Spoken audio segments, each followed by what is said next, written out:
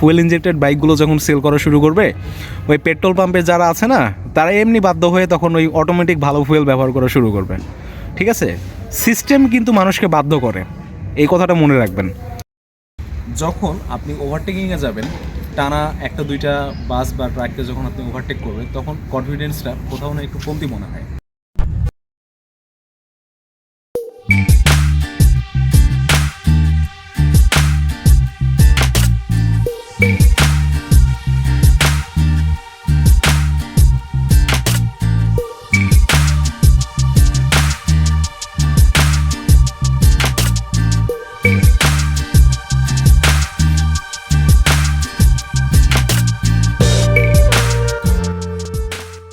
আসসালামু আলাইকুম, welcome back to the channel, welcome back to the page. এই মুহূর্তে আমার সামনে যে বাইকটা আছে এটা হচ্ছে FZS V2, একদম নতুন কন্ডিশনের। এখনও অনেক কিছুই বাইক থেকে খোলা হয় নাই। বাইকটা কেনা হয়েছে গতকালকে, আমার খুব ক্লোজ ফ্রেন্ডের বাইক। তো এইটার আজকে ফার্স্ট ইমপ্রেশন একটা রিভিউ দেবো আপনাদেরকে। ফার্স্ট ইমপ্রেশন মেন্স প্রথমে স্পেসিফিকেশন এবং টুকটাক ডিটেল ইনফরমেশন নিয়ে কথা হবে। এরপরে ওয়াক অ্যারাউন্ড এবং টুকটাক রাইডিং ফুটেজ আপনাদের সাথে শেয়ার করব। আর বাইকটা FZS, এটা নতুন হলেও এর আগে FZS আমার হিউজ চালানো হয়েছে, সেই এক্সপিরিয়েন্সটাও আপনাদের সাথে শেয়ার করব। চলুন একটু সামনে এগিয়ে যাই, যেহেতু এখানে নয়েজ আছে, রাস্তার ধারে দাঁড়িয়ে আছি। ক্রাউড মুক্ত একটা জায়গায় গিয়ে দাঁড়াবো, এরপরে বাকি কথা হবে। চলুন যাওয়া যাক।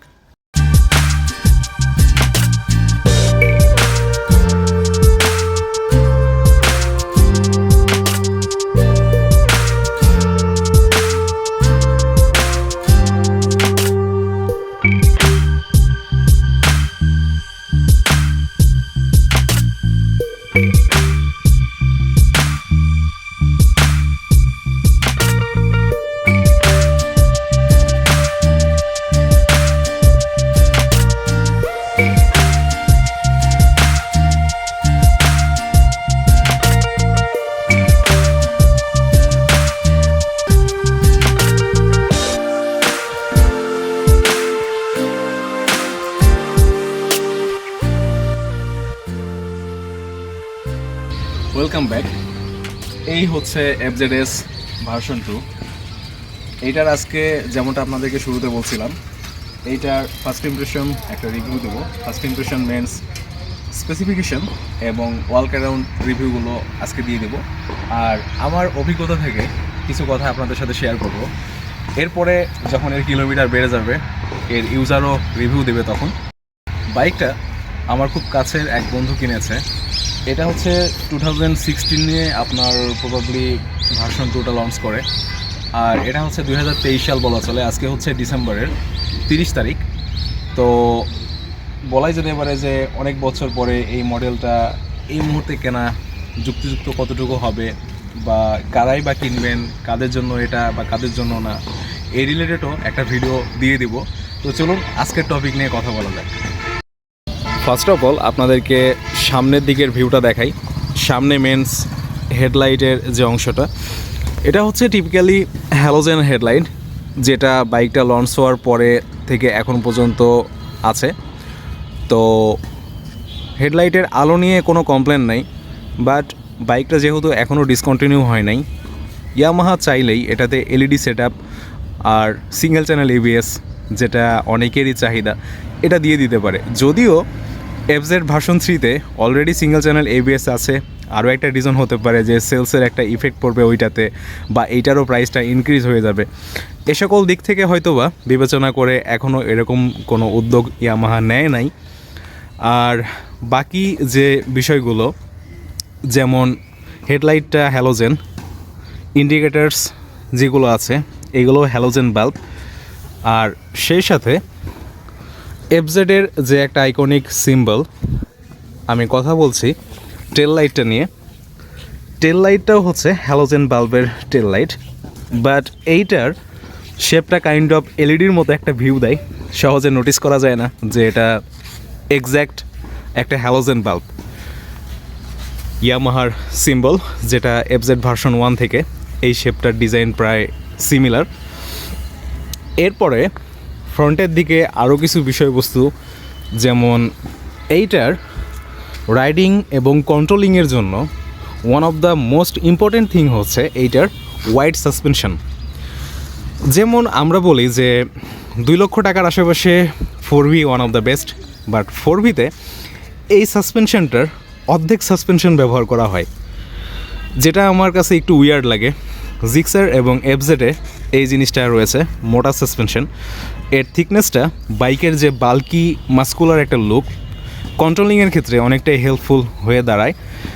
এরপরে সামনে মাডগার্ডের ডিজাইনটাও স্পোর্টি, একেবারে কমিউটার বাইক হলেও ডিজাইনের দিক থেকে কিন্তু কোনো কম্প্রোমাইজ নাই এই বাইকটাতে। ইয়ামাহার স্টিকারিং, তার সাথে 282 মিলিমিটারের ডিস্ক প্লেট, যেটার থিকনেস হচ্ছে 3.5 mm, আর এইটার যে ওয়াইটা এটা হচ্ছে 282, যেটা R15 ভার্সন 3 ভার্সন 4 দুইটাতেই সেম ডিস্ক ব্যবহার করা হয়। এরপরে ক্যালিপারের কথা বললেও R15 FZের ক্যালিপার সেম, এটাতেও ব্রাইবি এবং R15এও হচ্ছে ব্রাইবির ক্যালিপার ব্যবহার করা হয়, ডুয়াল পিস্টন ক্যালিপার। টায়ারের কথা বললে টায়ারটা হচ্ছে সিয়াট ব্র্যান্ডের, ইন্ডিয়ান সিয়াট কোম্পানি, আর টায়ারের সাইজটা হচ্ছে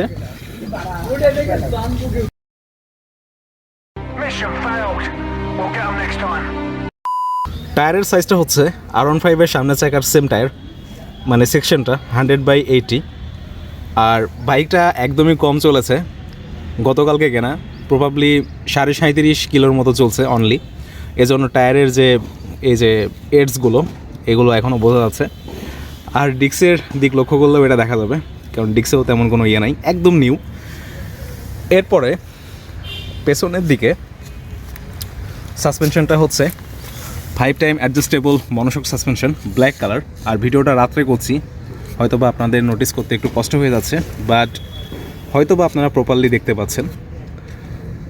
5 টাইম অ্যাডজাস্টেবল মনোশক সাসপেনশনটা মনোশক সাসপেনশনের মধ্যে one of the best suspension. আর এদিকে সামনে আপনার এটা ব্রেক অয়েলটা হচ্ছে এই রিয়ার ডিস্কটা হচ্ছে 220 mm এর, এটাও R15-এর মতোই সেম।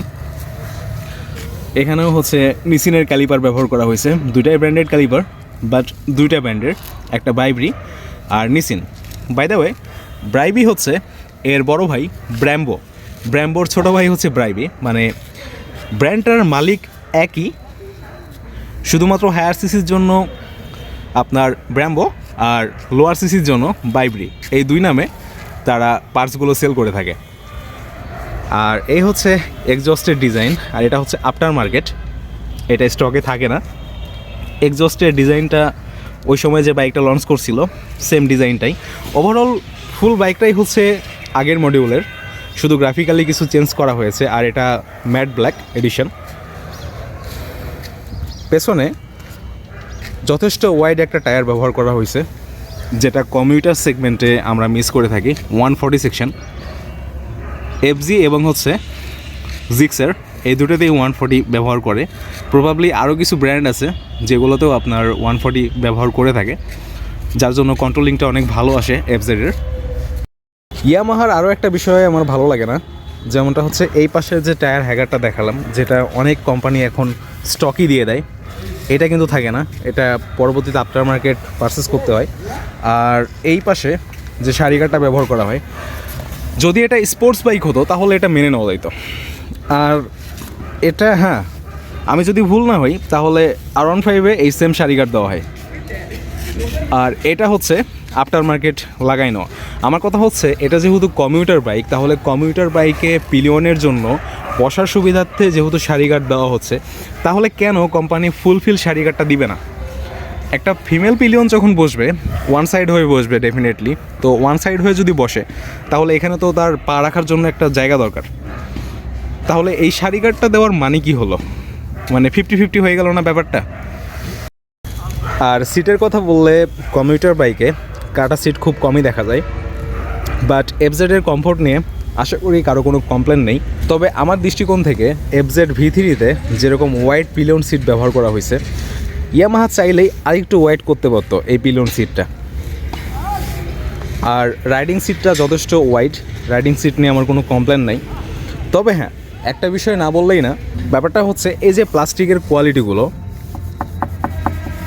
এগুলো অনেকটাই কস্ট কাটিং করা হয় এখন। ইয়ামাহা যখন জাপানে প্রোডাকশন করতো, পুরো বিশ্বজুড়ে যখন জাপানেই প্রোডাকশন হতো, তখন কিন্তু কোয়ালিটিগুলো অনেক ভালো ছিল।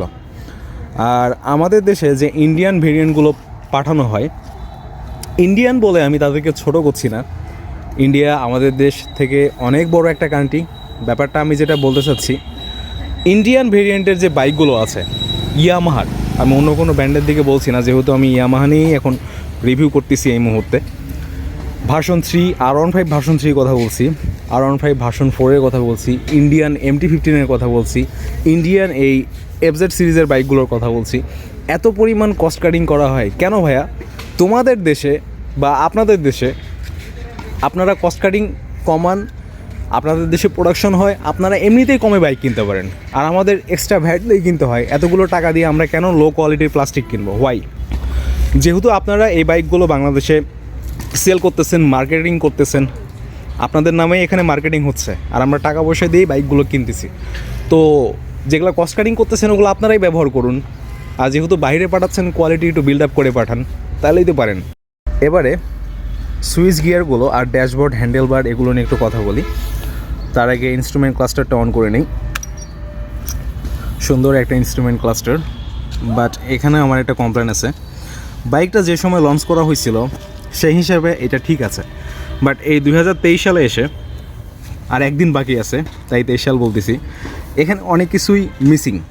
যেমন ট্রিপ দেওয়া আছে, ট্রিপ সম্ভবত আমার যতদূর জানা ট্রিপটা মনে হয় একটাই ট্রিপ, আর অটোতে টোটাল চলছে হচ্ছে 41 কিলোমিটার, আর ট্রিপে দেখাচ্ছে 38.3। যাই হোক, একটাই ট্রিপ প্রবাবলি, আমি জানি না, তবে আমার জানার মতে ট্রিপ একটাই হওয়ার কথা।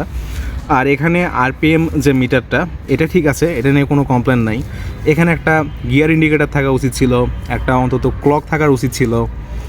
এখানে ফুয়েল কস্ট দেওয়া আছে, ওকে ফাইন, বাট একটু এই সময় এসে আপডেট কিছু কিন্তু আমরা পেতে পারতাম। আর অন্য অন্য বিষয়গুলো, এখানে turn by turn indicator sign, এখানে নিউট্রাল, এটা সম্ভবত ইঞ্জিনের কোনো একটা বা সার্ভিস ইন্ডিকেটর টাইপের কোনো কিছু একটা হয়তো বা হবে। এটা হচ্ছে হেডলাইটের সিম্বল, আর এটা হচ্ছে eco mode. Eco mode means better mileage পাওয়ার জন্য বাইকটাকে ইকো মোডে রাইড করতে হয়। আর হ্যান্ডেল বারের কথা বললে, pipe on handle bar, single part, খুবই সুন্দর, কমিউটার আপরাইট হ্যান্ডেল বার। এবং এই হ্যান্ডেল বারটা এতটাই ভালো যে অনেকে অন্য অন্য বাইকে এই বাইকের হ্যান্ডেল বারটা ব্যবহার করে। এখানে ইঞ্জিন কিল সুইচ আছে, যেটা খুবই হেল্পফুল। আর এখানে হচ্ছে মাস্টার সিলিন্ডার বাইবির, যেটা সামনের ব্রেকের জন্য। এই পাশে সেলফের বাটন, এই হচ্ছে ডান পাশের হ্যান্ডেল বারের ব্যাপার স্যাপার। আর এই পাশে এসে হেডলাইট, হাই বিম, লো বিম, আর এটাতে AHO সিস্টেম দেওয়া আছে, মানে অটোমেটিক হেডলাইট অন, খুবই ভালো এটা। আর এখানে হচ্ছে ইন্ডিকেটার্সগুলো, তবে হ্যাজার্ড ইন্ডিকেটরের কোনো সুইচ নাই এখানে। আর এটা হচ্ছে হর্ন। আরও একটা খারাপ লাগার বিষয় হচ্ছে হর্নটা খুবই স্লো। হাইওয়েতে এই হর্ন নিয়ে আপনি রাইড করতে গেলে প্রচুর প্যারা খাবেন, এজন্য আপনাকে আফটার মার্কেট হর্ন অবশ্যই ব্যবহার করতে হবে। আর আরেকটা ইমার্জেন্সি যে ব্যাপার, হ্যাজার্ড ইন্ডিকেটর নিয়ে কথা বলতে বলতে থেমে গেলাম। হ্যাজার্ড ইন্ডিকেটরটা হচ্ছে হাইওয়ে রাইডিংয়ের জন্য খুবই ভালো এবং নোটিসেবল একটা ব্যাপার, এটাও আপনাকে পরবর্তীতে বাইকে ইনক্লুড করতে হবে। এবারে ইঞ্জিন নিয়ে একটু কথা বলি। ইঞ্জিনটা হচ্ছে 149 সিসি, আর পাওয়ার আউটপুটটা আপনারা জানেন 12.8 নিউটন মিটার, এবং অ্যারাউন্ড 14 বিএসপির মতো পাওয়ার, 13 পয়েন্ট সামথিং, এই মুহূর্তে আমার খেয়াল নেই, আমি লিখে দিচ্ছি ভিডিওতে। 5টা গিয়ারের সাথে কমিউটার বাইক হিসেবে ওকে, কিন্তু আমার মনে হয় না পাওয়ার আউটপুটটা আর একটু বাড়াই দিলে মাইলেজে কোনো ইফেক্ট পড়তো। আর এটা হচ্ছে ফুয়েল ইনজেক্টেড বাইক। যেটা মাইলেজের জন্য খুবই ভালো। আর এখানে আমার একটা কমপ্লেন প্রত্যেকটা কোম্পানির প্রতি, যে আসলে এই মুহূর্তে এসে আমরা কেন কার্বোরেটরের উপরে বিশ্বাসী হচ্ছি। আমার এই কথায় আপনারা অনেকেই আমাকে আক্রমণ করবেন যে ভাই তাহলে ভালো মানের ফুয়েলগুলো আপনি দেন। আরে ভাই, কোম্পানিগুলো যখন ভালো মানের বলতে আমি এটা বোঝাচ্ছি যে ফুয়েল ইনজেক্টেড বাইকগুলো যখন সেল করা শুরু করবে, ওই পেট্রোল পাম্পে যারা আছে না, তারা এমনি বাধ্য হয়ে তখন ওই অটোমেটিক ভালো ফুয়েল ব্যবহার করা শুরু করবে। ঠিক আছে, সিস্টেম কিন্তু মানুষকে বাধ্য করে, এই কথাটা মনে রাখবেন। বাইকটাকে আমি আন্ডার রেটেড বা আন্ডার পাওয়ার কিছু বলবো না, বাট একটা কথা বলবো, এই বাইকের টোটাল ব্যাপার স্যাপার মিলে এটা হচ্ছে ওভার প্রাইস একটা বাইক। ভাই ব্রাদার্স, এই বাইকটা আমি যে একেবারে কম চালিয়েছি তাও না, আবার খুব যে বেশি চালিয়েছি তাও না। তো যতটুকু চালিয়েছি তার মধ্যে থেকে আপনাদেরকে এক্সপিরিয়েন্স জানাবো। এই বাইকটা মিনস এইটা না, FZ ভার্সন 2, অন্য কোনো বাইকগুলো। এটা তো গতকালকে কেনা হয়েছে। রাইড এক্সপিরিয়েন্স বলতে সিটিতে ডেলি কমিউট করার জন্য one of the best bike এটা বলতে হবে। কিন্তু যখন আপনি হাইওয়েতে যাবেন, হাইওয়েতে গেলে কোথাও না কোথাও আপনার মিসিং আসবে, সেটা হচ্ছে থ্রটলের দিক থেকে। আর একটা বিষয়, 150cc সেগমেন্টের মধ্যে এখন যে কোম্পানিগুলো আপডেট হচ্ছে বা প্রতিনিয়ত আপনার যে কাস্টমাইজগুলো করতেছে, ঠিক আছে, সে অনুপাতে এইটাতে কিন্তু আমরা অনেক কিছুই কমতি অনুভব করি। ডিজাইন ওকে, ডিজাইন নিয়ে আমার কোনো কমপ্লেন নেই। এই সময় এসেও এই বাইকটার যে পরিমাণ সেল হচ্ছে, এটাই বলে দেয় এই ডিজাইনটা মানুষের কতটুকু পছন্দের। ব্যাপারটা হলো, বাইকের ইঞ্জিনে কিছু পরিবর্তন আনা প্রয়োজন। একটা কথা না বললেই না, ব্রাজিলে FZ ভার্সন 4 লঞ্চ হয়ে গেছে, যদিও ওখানে ফেজার নামে বাইকটা সেল করা হয়, বাট ব্যাপার স্যাপার কিন্তু সেম। ওইখানেও এই সেম ইঞ্জিন দিয়ে আপনার FZ ভার্সন 4 লঞ্চ করা হয়েছে। সো আমরা এটাও বুঝতেছি যে এই সেম ইঞ্জিন দিয়ে FZ ভার্সন 4 আসতেছে। সো এটা আসলে আমাদের জন্য হতাশাজনক।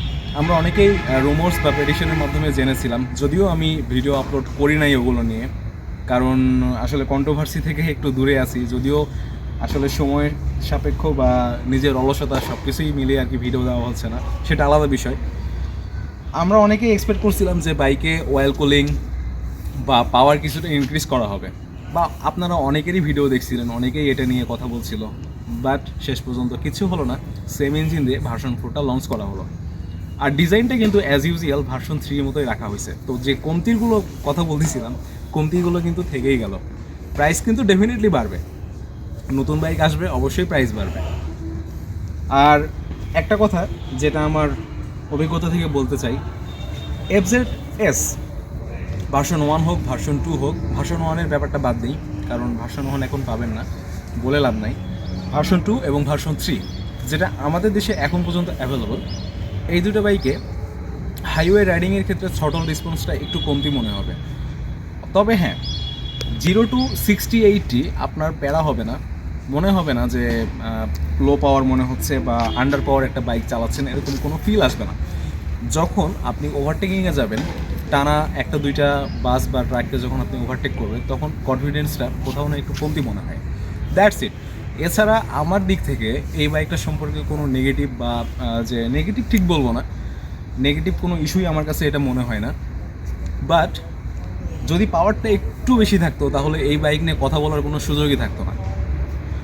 তো ব্রোজ, এই ছিল আজকের শর্ট ওয়াক অ্যারাউন্ড, এবং কি বলবো, যাই হোক, ফার্স্ট ইমপ্রেশন একটা রিভিউ বলা যায়।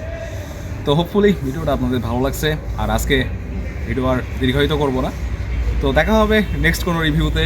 আর বাইক ইনফরমেশন ভিডি বেঁচে আছে, কিছু সমস্যার মধ্যে আছি, আস্তে আস্তে আপনাদের সাথে শেয়ার করব। আর যদি ব্যাক করি তো ব্যাক করার মতোই করব। দেখা হচ্ছে পরবর্তী ভিডিওতে। আল্লাহ হাফেজ।